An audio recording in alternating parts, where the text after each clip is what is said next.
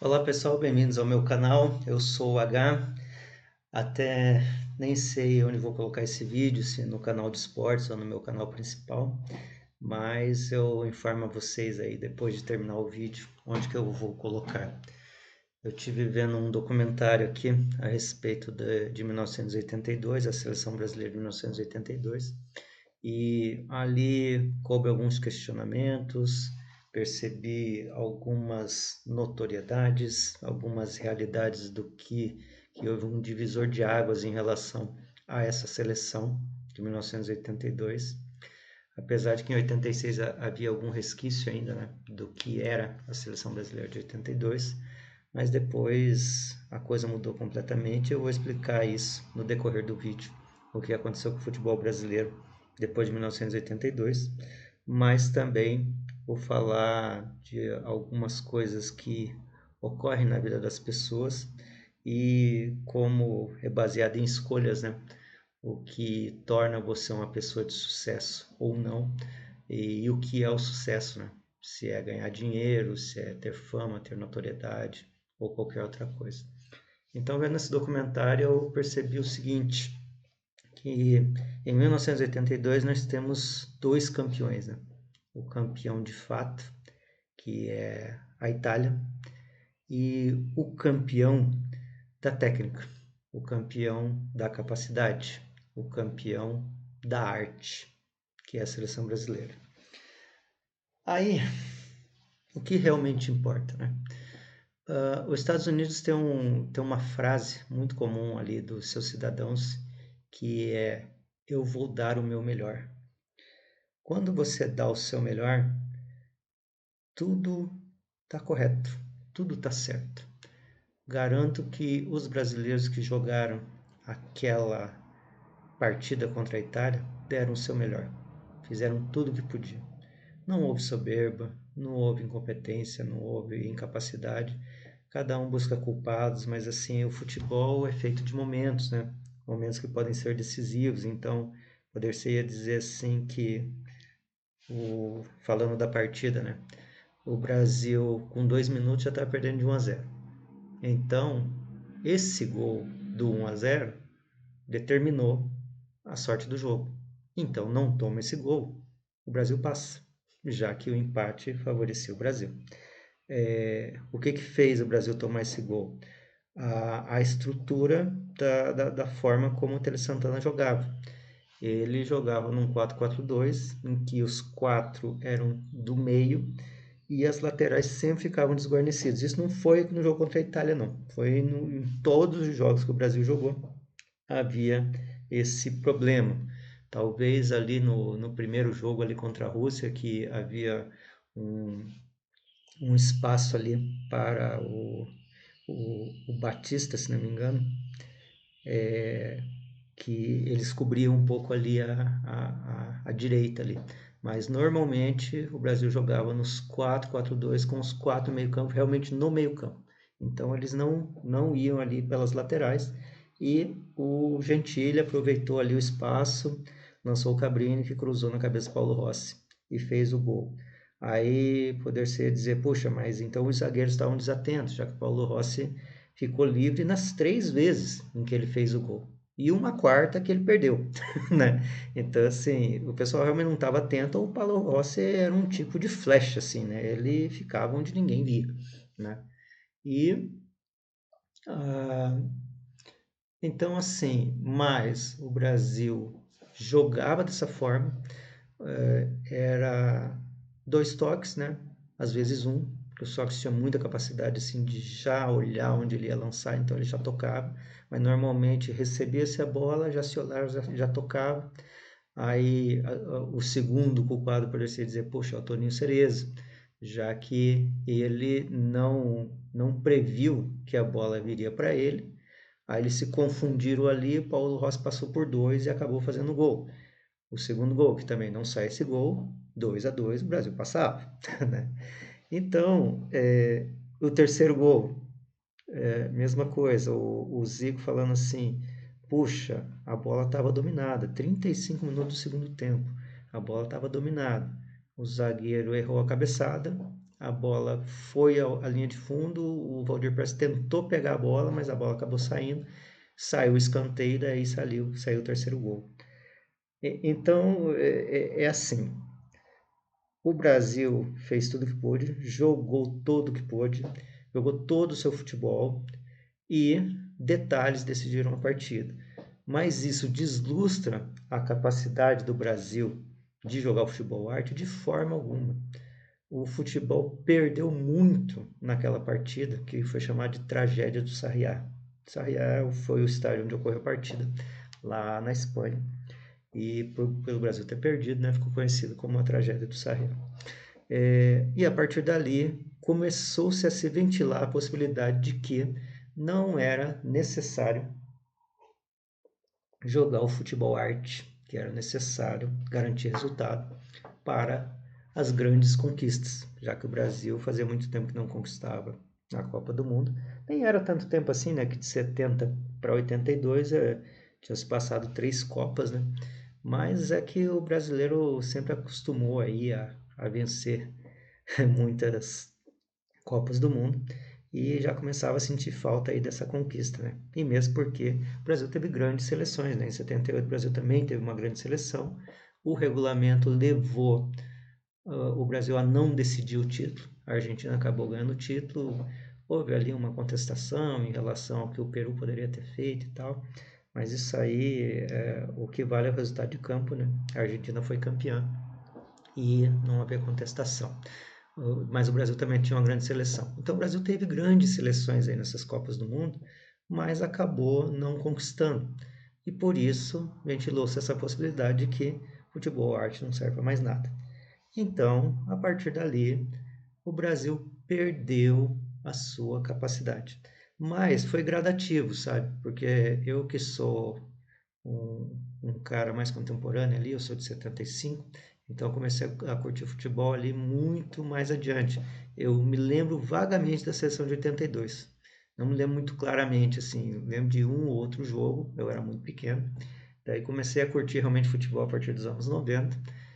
Peguei aquela seleção em que tinha o Dunga, né? Muito menino ainda, né? Em que o Brasil não foi muito bem em 90. Depois em 94 que o Brasil ganhou e tal. Aí depois em 98 e 2002 foram 3 Copas excepcionais do Brasil. E em uma perdeu para a França, mas em 2 venceu. Então também foi uma era de ouro aí para o Brasil, mas não foi aquele futebol. Por quê? Veja só, ali nos idos dos anos 80, cada time tinha um camisa 10. O camisa 10 não era qualquer um, não, sabe? O camisa 10 era aquele cara que organizava o jogo, era aquele cara que fazia o lançamento, era aquele cara que driblava, era o cara que dava o chapéu, né? Era o cara que fazia a lambreta, né? Então, era o cara que distribuía o jogo. Era um homem-chave, né, do futebol brasileiro. Todo time tinha um camisa 10, o homem-chave. Então, aquele cara, se você chega num time, mesmo que fosse no interior, você começaria por esse cara. Eu preciso ter o craque do meu time, o camisa 10. É a partir dali que eu vou construir o meu time, tudo ao redor desse cara. O cara, digamos, se ele machuca, eu tenho que ter um outro cara, pelo menos próximo dele, para começar a fazer o futebol arte que todo mundo exigia naquela época. Então, a figura do camisa 10 foi perdendo, vamos dizer assim, o seu lastro com o tempo.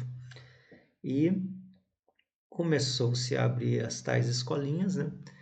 Perdeu-se aquela coisa do futebol do campo sem grama, do futebol da areia, do futebol de rua, do futebol de bola de meia, daquele futebol que se precisava ter o controle de bola, e começou-se a pegar o futebol das escolinhas. Não sou contra as escolinhas, mesmo porque também nem sei se tem um gabarito para dizer se o futebol da escolinha é melhor do que o futebol de rua ou o que quer que seja. Mas acontece que os times, principalmente os de hoje, passaram a valorizar apenas aqueles jogadores que não fazem o que eles chamam de firula. O que é a firula? É o chapéu, né? É o drible, né? É o que o pessoal chama de humilhação. Hoje em dia, já houve casos absurdos assim do jogador tomar cartão amarelo porque driblou o cara, né? Então, o futebol ficou de um jeito que perdeu todo o encanto. Então, hoje você já não vê gols de falta, muito difícil ter gol de falta. Você já não vê gols por cobertura, inclusive, não sei se foi esse ano, foi ano passado, quando o Rodrigo fez aquele gol por cobertura lá. Eu tinha até esquecido que se podia fazer gol por cobertura, porque os jogadores não fazem mais isso, né? Eles simplesmente sei lá, ajeitar e bater, cruzar na cabeça do fulano, né? É, não se faz mais triangulação, né? Você assiste esse jogo, esses jogos antigos, você parece que é outro futebol, porque não existe mais esse futebol. Não existe esse futebol da triangulação, de ocupar espaço, de se movimentar. É um futebol meio quadrado, é um futebol que poderíamos chamar de futebol europeu daquela época. O futebol europeu daquela época era assim: duas linhas de quatro e passes quadrados, assim, né? Então o sujeito está no meio campo, ele só ficava no meio campo, o sujeito está no ataque, só fica no ataque. Dificilmente você vê uma movimentação.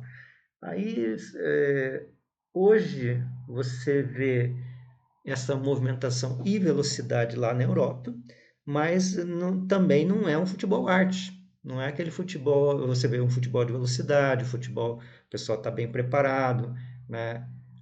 Um pouco ali de velocidade, o tal futebol de triângulos, né? Que foi instituído ali pelo José Mourinho, aí o futebol de ocupar espaço, futebol para frente, um lampejo assim de futebol arte, foi o que o Jorge Jesus fez aqui no Flamengo, agora está fazendo lá na Arábia, mas assim é lampejo.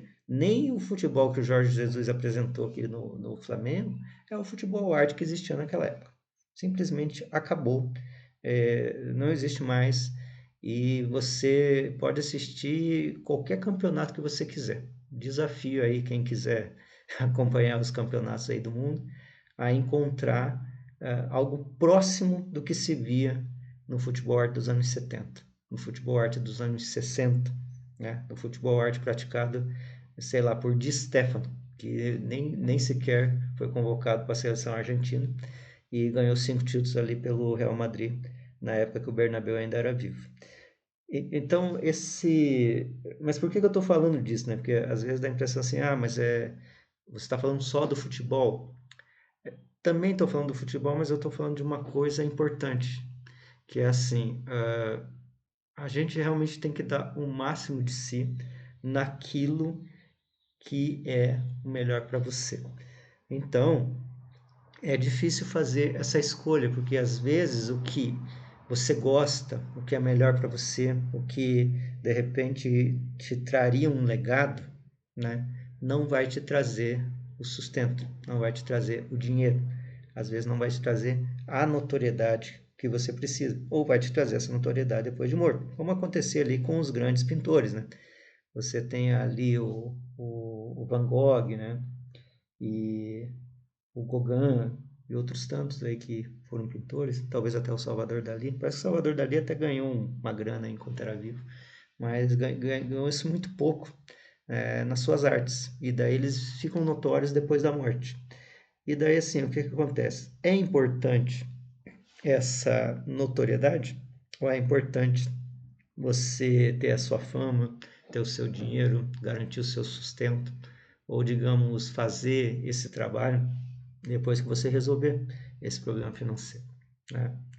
E tudo isso foi visto num documentário, sim, porque a vida é assim, você tem que tomar essa decisão e dizer assim, puxa, então, vamos lá, eu como jogador de futebol, participando aí da seleção de 82, dei o meu melhor, fiz o que tinha que ter feito, trocaria isso por um título? Eu falo por mim, né? Não posso falar por eles, mas eu não trocaria a seleção de 82 pelo título mundial. Porque o que foi feito ali, aquele legado, aquilo vai ficar para sempre. Você vê, hoje nós estamos em 2024, ainda estamos falando da seleção de 82. Garanto que se tivesse conquistado o título, não estaríamos falando deles. Porque imagino que para o Brasil conquistar esse título, ele teria que mudar a sua forma de jogar. Porque esse jogo contra a Itália foi um jogo em que o Brasil só passaria pela Itália se mudasse a sua forma. Se entendesse que não era para jogar para cima, não era para fazer esse jogo de dois toques, bola para o mato, jogo de campeonato, aquela coisa que se fala muito no futebol, né? Defesa a todo custo, né? Marcação. O, como eu disse, o Paulo Rossi, nas 4 oportunidades que ele teve, uma ele errou, as 3 ele fez, ele estava livre. Então, assim, se um mínimo detalhe em que a defesa tivesse fechado, que não era realmente característica do Brasil, teria resolvido esse problema. Mas aí não era o Brasil. O Brasil não jogava assim. O Brasil não era esse time. O Brasil era o time do ataque. O Brasil era o time da busca pelo gol. Ainda no último lance do jogo, o Oscar cabeceou a bola e o Denisov diz que fez a maior defesa da vida dele, pegando aquela bola em cima da linha. Né? E assim a Itália passou. E o Brasil fez o que tinha que fazer, fez o seu jogo. Era assim que devia ter sido feito. E é assim que vai ficar para a posteridade. É assim que vai ser lembrado da seleção brasileira. Um time que jogou tudo o que devia jogar, que jogou o futebol arte, o futebol do espetáculo, o futebol que todos gostam de ver. O próprio Tele Santana disse: eu não jogo pelo resultado, eu jogo pelo espetáculo. As pessoas merecem ver um espetáculo, merecem ver um jogo bem jogado, merecem ver o futebol de verdade, o futebol arte. Nunca gostei de futebol retranqueiro, nunca gostei de futebol por resultado e nunca vou gostar. E ele morreu jogando, mostrando como deveria ser jogado. O São Paulo foi bicampeão mundial jogando dessa forma, né? Na época que o título era disputado na Taça Intercontinental. Então, nunca abriu mão do jogo de futebol arte. Morreu o Tele Santana, infelizmente, morreu o futebol arte no Brasil. E não sei realmente se alguém vai conseguir trazer esse futebol arte de volta. Tem um ou outro técnico que pensa ainda como jogar o futebol com a seleção de 82. Nós temos aí o Pep Guardiola, né? Que é um amante aí desse futebol arte. Nós temos aí o louco Bielsa, né? Que pensa futebol dessa forma, né? Ele não tem, infelizmente, a qualidade que ele gostaria de ter ali nas seleções que ele dirigiu, né? Tá tentando ressuscitar o futebol uruguaio, né? Mas a busca dele é o futebol arte, é o futebol para frente. Mas nós temos pouquíssimos adeptos desse futebol arte. Infelizmente, pelo menos por enquanto aí, talvez para as próximas gerações surja aí novas pessoas que pensem em um futebol arte, mas por enquanto está muito difícil de pensar assim. Por isso, a seleção brasileira simplesmente morreu futebolisticamente. Vai ser difícil de a gente pensar assim: o Brasil pode vir a conquistar títulos mundiais, mas o pior, sim, o pior não é não conquistar os títulos mundiais, o pior é perder a sua identidade futebolística. Porque ganhou em 2002, nós estamos em 2024, há 22 anos, e o Brasil não conquista título e não pratica um bom futebol. Infelizmente não pratica um bom futebol. Ou algum de vocês aí acha que a participação do Brasil nos últimos, vamos dizer, 4 mundiais foi inesquecível? Talvez a goleada de 7-1 tenha sido inesquecível, mas é sempre pro mal, né? Pro bem vai ser difícil, né? De lembrar de uma grande seleção que o Brasil teve. Sei lá, ao contrário da Argentina, né? Que disputou o título ali no Brasil em 2014, conquistou o título na última Copa. Mas não é que os caras estivessem jogando futebol arte. Aliás, pensando aí em grandes jogadores, né? Nós temos aí 5 vezes ou 6 vezes o Messi melhor do mundo, 5 vezes Cristiano Ronaldo melhor do mundo. E eu vou falar para vocês, não me lembro de nenhuma lambreta deles. Não me lembro de uma jogada de chapéu, sabe? Uma jogada aí mais característica do futebol arte. Não me lembro assim de uma grande jogada de construção de jogada ali desde a defesa até o final ali com a participação deles. Eles sempre foram jogadores de referência. Cristiano Ronaldo é o mestre da área. Ele faz muita coisa ali na área, coisa assim que você pega a carreira do cara, é excepcional, principalmente na questão física. Mas ele não é o cara que dribla, ele não é o cara que chapela, ele não é o cara que faz lançamento, né? O Messi, ele pode até ser um jogador completo para nossa era aqui, em que ele pega, ele é um pouco mais atacante, ele é o cara que distribui a jogada, ele é o cara que bate falta. Até assim, não acompanhei tanto a carreira do Messi, mas não sei se ele é o cara do lançamento. Então, assim, para esse futebol de hoje, ele realmente é o melhor. Muita gente apontando ele que é melhor do que o Pelé. Mas, cara, se você vê dois jogos do Pelé, qualquer um, vê dois jogos do Pelé, você vai ver que o Messi não chega nem aos pés do Pelé. Mas, enfim, né? É outra era, é outro futebol, é outra forma, ganha-se muito dinheiro, né? Na época jogava-se um pouco ali pelo coração, pela camisa ou pela própria seleção. O auge da carreira era muito menor do que é hoje, né? As pessoas, os piás com 10, 15 anos querem jogar na Europa, querem jogar no Real Madrid, querem jogar no Barcelona. Eles não pensam em fazer a sua carreira nos clubes locais, porque eles sabem que o dinheiro está lá, né? Se inspiram em grandes jogadores da Europa, porque não tem mais grandes jogadores no Brasil. Aqui você não pode dizer assim, poxa, o garoto nasce pensando em ser um Zico, o garoto nasce pensando em ser um Sócrates, um Pelé, um Falcão, porque esses caras não existem mais, não existem mais ídolos brasileiros. Infelizmente, né? Vamos, vamos achar um ídolo atual, Gabigol, Gabigol aí do Flamengo. Dificilmente você vai ver um garoto dizendo assim, puxa, eu quero ser o Gabigol, porque, sabe, ele não é assim um jogador completo, ele não é um grande jogador, ele é o ídolo do Flamengo, a torcida do Flamengo deve adorar ele, amar ele de paixão e tudo, mas ele não é um grande ídolo. Ele nem chegou aí para a seleção brasileira.